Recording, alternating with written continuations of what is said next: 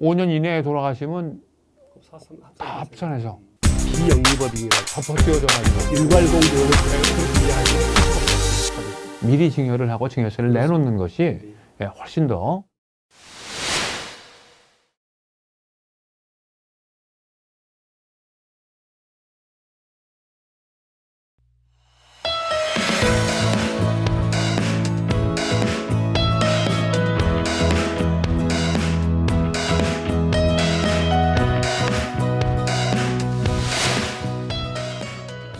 죽음에 따르는 벌금, 상속세 어떻게 이해하고 어떻게 계산하고 우리가 이제 어떻게 처리를 해야 되느냐 하는 내용을 영상에서 공부를 하고 있는데요.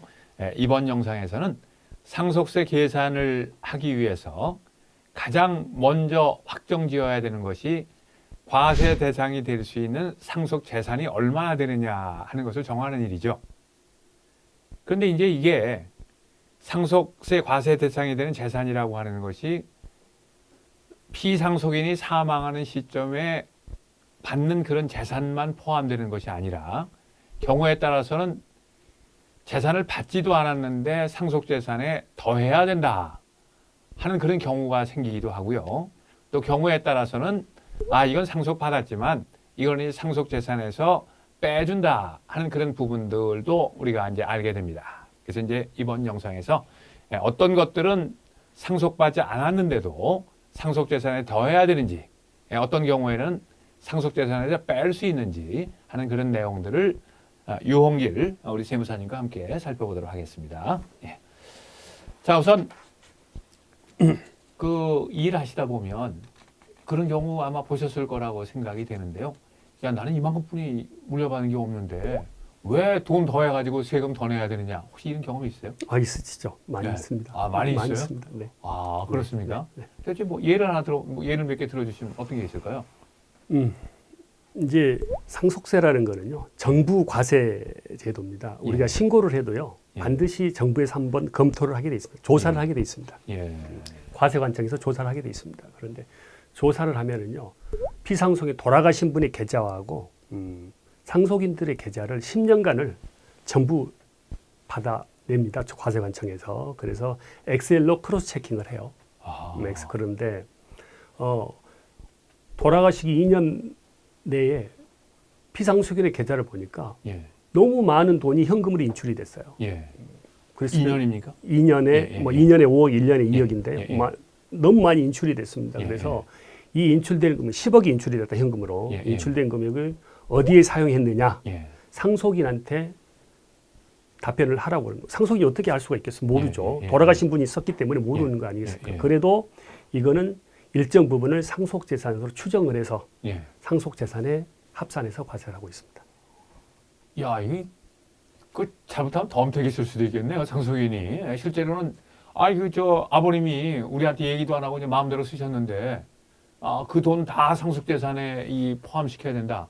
아까 조금 지나가는 말씀으로 해주셨는데 2년에 5억까지는 괜찮다는 얘기인가요? 그렇습니다. 2년에 5억, 1년 내 2억입니다. 그런 게 인출된 은행에서 인출된 금액도 그렇고 처분 재산이 있을 수 있지 않겠습니까? 돌아가신 분이 1년 6개월 전에 돌아가시 1년 6개월 전에 10억짜리 빌딩을 팔았다. 그런데 양도소득세 2억을 내고 8억이 통장에 남아 있어야 되는데 그 8억이란 돈이 어디로 가버렸어요. 그랬을 경우에는 상속인한테 소명을 하라고 그러죠. 그 재산이 어디로 갔는지 모르면은 일정 부분을 상속재산에 가산해서 과세를 하고 있습니다. 그렇군요. 그러니까 이제 2년 내에 현금으로 없어진 돈 5억이 넘어가면 그 돈은 무조건 다 상속재산에 더한다. 이렇게 이해해도 되는 건가요? 무조건이 아니고요. 소명할 수 없는 돈, 돈 중에서 일정 부분 그리고 일부는 공제를 해줍니다. 2억하고 그다음에 소명 대상 금액 20% 중에 작은 금액을 공제를 해줍니다. 해주지만은 그러니까 상당액을 상속재산에 가산해서 과세하고 있습니다. 그렇게 이제 제가 이제 예를 들면 이제 아버님을 병 간 수발을 하고 있었는데 이러이러한 약품이 좋다. 이를테면 산삼이 좋다. 그래서 그냥 수천만 원 주고 산삼을 사서 이렇게 아버님 쾌차하시라고 뭐 이제 약도 만들어 드리고 그랬는데 그것도 결국은 아버님 통장에서 나갔으니까 그 입증이 안 되면 그것도 추정 상속재산이 될 가능성이 있죠. 아. 입증될 수 있도록 예. 통장에 대한 근거를 만들어 놓으시는 게 중요하죠. 그러니까 이제 이런 황당한 경우를 이제 겪지 않으려고 하면 네. 근거를 확실히 만들어야 네. 된다. 네. 아. 이제 이게 추정 상속 재산이 예. 그 인출된 금액도 있지만 방금 예. 제가 말씀드린 부동산을 처분한 금액도 예. 있고 예. 또 뭐 1년 6개월 전에 은행에서 부채 10억을 예. 쓰셨어요. 예. 그랬는데 그 돈이 어디로 갔는지 행방을 몰라. 그랬을 때도 추정 상속 재산의 일정 부분을 하게 됐습니다. 이게 이제 돌아가시기 전에 본인이 참 그 잘 하지 않으면 상속인들에게 굉장히 큰 그 세금의 부담을 남기고 갈 수도 세상을 있습니다. 갈 수도 있겠네요. 네. 또 경우에 따라서 이제 아버님의 의식이 없거나 이제 부모님의 의식이 없거나 그런 경우에는 이제 상속인들이 미리미리 증빙을 남기면서 뭐 병과 관련된 그런 뭐 비용이나 이런 것들을 잘 챙겨야지 문제가 없겠다. 제가 예. 경험칙상 보면은요. 좀 연로하셔가지고 돌아가시면 예. 차근차근 준비가 되고 사회 활동이 없으시니까 상관없는데 예. 사업을 왕성하게 하시다가 예. 갑자기 무슨 돌연사라든가 교통사고로 돌아가신 분들은요. 예. 상속인들이 상속받을 때 굉장히 힘들어 하시더라고요. 그런 부분들이 굉장히 많거든요. 아. 그래서 힘들어 하신 부분을 많이 봤습니다. 사업하면서 뭐 접대비도 막 쓰고 많이 뭐 이제 쓰고요. 그랬는데, 네. 야, 그런 부분이 많습니다. 이제 그러니까 신용카드 안 쓰면 아무 문제 없을 텐데. 그렇습니다. 그렇죠. 현금 쓰면 문제 생긴다는 말씀이신 거죠? 접대할 때 현금 신용카드로 할 수 없지 않겠습니까? 예. 예, 그러니까 이제 상속세하고 관련해서는 이제 현금으로 쓰는 경우에 이런 문제가 생길 수 있다. 많이 이렇게 발생했습니다. 이제 보면 되겠네요.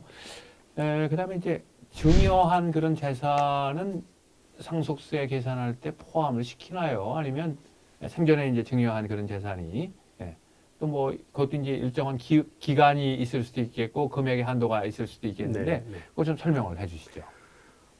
상속 개시 돌아가신 예. 날로부터 10년간 예. 상속인한테 증여한 가액은 합산하게 되어 있고요. 상속인에게 그러니까 아무한테나 증여한 건 아니고 그리고 상속인에게 상속인에게 증여한 건 10년 10년 이내 상속인 외의자한테 증여한 건 5년간 합산하게 되어 있습니다. 상속인 외의 외의자 경우에는 만약에 예. 할아버지가 돌아가셨는데 예. 손자한테 7년 전에 예.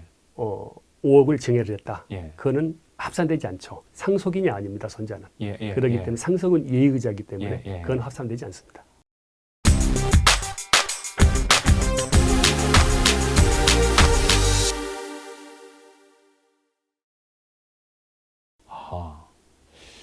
제가 언젠가 신문에서 이런 기사를 본 적이 있어요. 웬 분이 국내에 이제 그 기부를 한 것이 아니라 미국 세법상 그 기부금으로 인정을 받을 수 있는 미국 대학에 기부를 했다고 그래요. 네. 근데 이제 기부를 하고 나서 상속인들이 이제 기부한 날짜가 이제 4년 전에 기부를 했다 이렇게 이제 되어 있는데 그 기부한 재산을 상속인들에게 다 더해가지고 상속인들이 그냥 재산도 없는데 세금 내니라고 굉장히 어려움을 겪었다는 기사를 본 적이 있는데 그렇게 그게 이제 5년 이전에 증여를 했기 때문에 그런 일이 되는 건가요? 5년 내에 증여를 했기 때문에 그렇게 되는 거죠. 5년 내. 예. 네, 그러니까 이제 야. 이게 이제 참, 그 단체가 기부한 단체가 오늘 국내 세법에 의한 뭐 비과세 단체라든가 뭐 과세 제외 단체가 아니었나 보죠. 그러니까 이제 미국에 있는 대학이니까 뭐 당연히 뭐 미국에 기부하는 것까지 우리나라에서 세법을 해주진 않았을 테니까. 그렇군요. 네. 야, 그러니까 기부하는 것도 이게 보통 일이 아니네요. 단체를 잘 보고 기부하셔야 돼요. 잘 보고 기부해야 되고 또 증여하는 것도 사실은 이제 우리 부모님 중에 한 분이 어려운 사람이 있어서 그냥 증여해놓고 5년 이내에 돌아가시면 합산 대상이죠. 합산해서. 합산 대상이죠. 이게 아주 물론 증여할 당시에 납부한 증여세 있지 않습니까? 예, 그러면 차감을 해주죠. 차감을 해주지만 세율이 높아지니까 세율. 상속세. 그렇죠. 재산을 다 더해서 하면 높은 세율이 적용될 테니까. 야, 그러네요. 자, 그러면 이제 이런 경우는 어떻습니까? 이제 증여를 이제 하는데 상속인에게 증여한 건 10년 이내에 네. 한 증여는 모두 다 합산한다 이렇게 얘기했는데 8년 전에 1억 원 가치에 해당하는 땅을 증여를 했습니다. 근데 현 시가를 보니까 그 10배가 뛰어서 10억이 됐어요. 그러면 그 1억을 상속재산에 더하는 겁니까? 아니면 10억을 더하는 겁니까? 합산재산 증여재산은요. 예. 증여 당시가액을 합산하게 돼 있습니다. 1억으로 합산하게 돼 있습니다. 아, 그래서 예. 부동산 같은 경우는 계속 올라가지 않겠습니까? 그러니까 예. 절세 측면에서는 예. 사전에 증여한 것도 예. 유리하다고 할 수 있겠습니다. 아, 이건 굉장히 중요한 팁이네요. 네. 이제 그 절세를 해야 되는 그런 경우에 뭐 이제 개발이 예정되는 그런 부동산이나 뭐 이제 부동산 가격이 올라갈 것 같다 이렇게 해당이 되면 상속세에 합산된다고 하는 걸 가정하더라도 미리 증여를 하고 증여세를 그렇습니다. 내놓는 것이 네. 훨씬 더 유리합니다. 절세 차원에서 예. 이래서 전문가가 필요한 거군요. 예. 그다음에 뭐 증여재산은 이제 그렇게 이제 10년, 상속인의 경우에는 10년, 그리고 이제 상속인이 아닌 그런 경우에는 이제 증여한 경우에는 이제 5년 이내의 것은 다 합산한다 이렇게 이제 예를 했는데 상속재산에서 또 빼주는 재산도 있지 않습니까? 어떤 재산이 빠지게 뭐 이제 되나요? 우리 세법상 뭐 비과세되는 예. 상속재산이 있고 과세 불산입되는 재산이 있습니다. 있는데 죄송합니다. 예. 우리 보시는 분들을 위해서 비과세되는 재산, 과세 불산입되는 재산 그 차이를 좀 설명해 주시겠어요? 예. 특별히 차이라고 있을 수는 없고요. 예. 상속재산을 예. 상속세 계산할 때 예. 절차거든요. 상속재산이 아예 빠져버리는 게 예. 비과세 재산이고요. 비과세 재산. 그런데 상속재산에는 포함이 되더라도 예. 나중에 계산할 때 상속재산 불산입 재산이라고 해서 추가로 차감하는 부분이 있습니다. 예. 그런 그러면 부분. 상속세 계산할 때는 별 차이가 없겠네요. 예, 똑같습니다. 이게- 결과적으로 똑같은 얘기예요. 예, 우리 같은 보통 사람은 그냥 상속세 재산에서 빠지는 거 저도 이렇게 그렇게 이해하고 있습니다. 이해하십니까? 예, 그렇게 이해하고요. 예. 그렇게 이해하고요. 그런데 비과세되는 상속세 재산은 대개 어떤 것들이 있습니까? 여러 가지가 저도 뭐 이런 것들이 예. 많지는 않아요. 예, 예. 현 실무에서는 그렇게 많이 나오지 않은데 예. 대부분 많이 나오는 게 그 우리 그 묘지가 있는 토지 있지 예, 않습니까? 예, 그런 예. 그런 예. 부분, 예, 금양, 임야, 뭐 예, 그런 예, 것들. 예. 그 다음에 그거를 뭐 제사를 지내기 위해서 논 있지 않습니까? 그런 부분들. 예. 그거가 일부분이 되고요. 아. 그리고 국가 뭐 지방자치단체 뭐 유증 돌아가시면서 예. 내가 죽으면 예. 국가한테 기부해라 뭐 그런 예. 것들 재산들 그 일부가 있다고 보면 되겠습니다. 그렇군요. 네. 예, 그럼 과세가액이 불산입되는 재산, 요거 이제 기부하고 연결이 되는 그렇습니다. 부분인가요? 공익법인에 예. 보통 상속세 신고 기간이 돌아가시고 6개월 후 말일까지거든요. 예. 그 사이에 공익법인에 기부한다든가 예. 뭐 그랬을 경우에는 과세가액 불산입되고 그렇습니다. 아, 이게 이제 반드시 과세가액 불산입이 되기 위해서는 아무한테나 기부해서 되는 건 아니네요. 뭐 공익법인에 하셔야 돼요. 공익법인. 예. 불산입되는 공익법인이 있습니다. 공익법인. 예. 이게 이제 세법상에 이러이러한 단체들은 네. 불산입이 되는 그런 단체다. 네. 뭐 종교단체나 이런 것들도 포함이 되는 건가요? 포함되고 예, 있고 예. 뭐 학교단체 포함되고 예, 뭐 있습니다. 학교, 뭐 네, 종교단체, 네. 그다음에 이제 우리 뭐 흔히 알고 있는 뭐 사랑의 열매, 음. 뭐 이런 되게 뭐 이런 알고 이런 있습니다. 건 다 이제 예. 그런 쪽에 이제 기부하게 되면 이제 그건 이제 불산입이 된다 이렇게 네. 되는 거고요.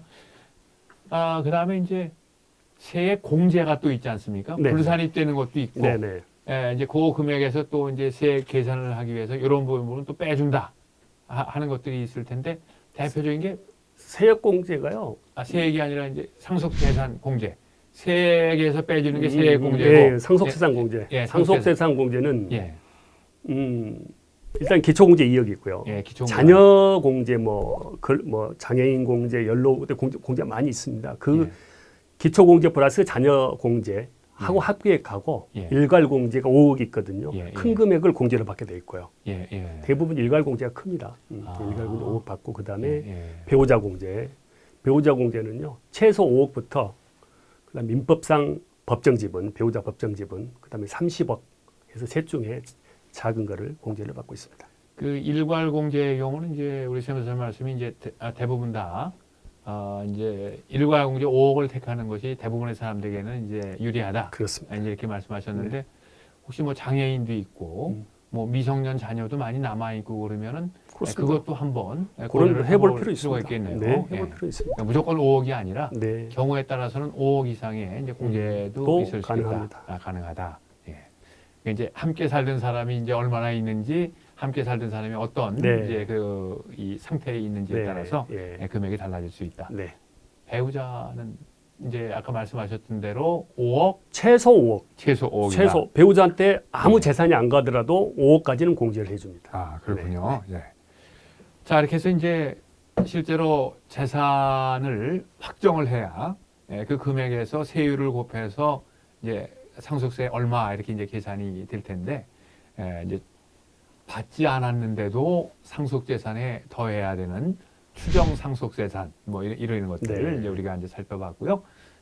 이제 그리고 또 오래전에 남들에게 이제 증여를 했지만 증여한 그런 재산들도 이제 상속재산에 더해야 되는 그런 경우도 있을 수 있겠다. 이제 말씀하셨고, 그다음에 처음부터 아주 상속재산이 아닌 걸로 이렇게 고려하는 그런 재산도 있고, 경우에 따라서는 상속재산에 포함되더라도 요건 빼고 상속재산을 이제 계산하기도 한다 이렇게 돼 있고, 또 거기에서 이러한 상황에서는 얼마나 더 빼주는 상속세 공제라고 하는 그런 부분들도 우리가 함께 생각을 해봤습니다.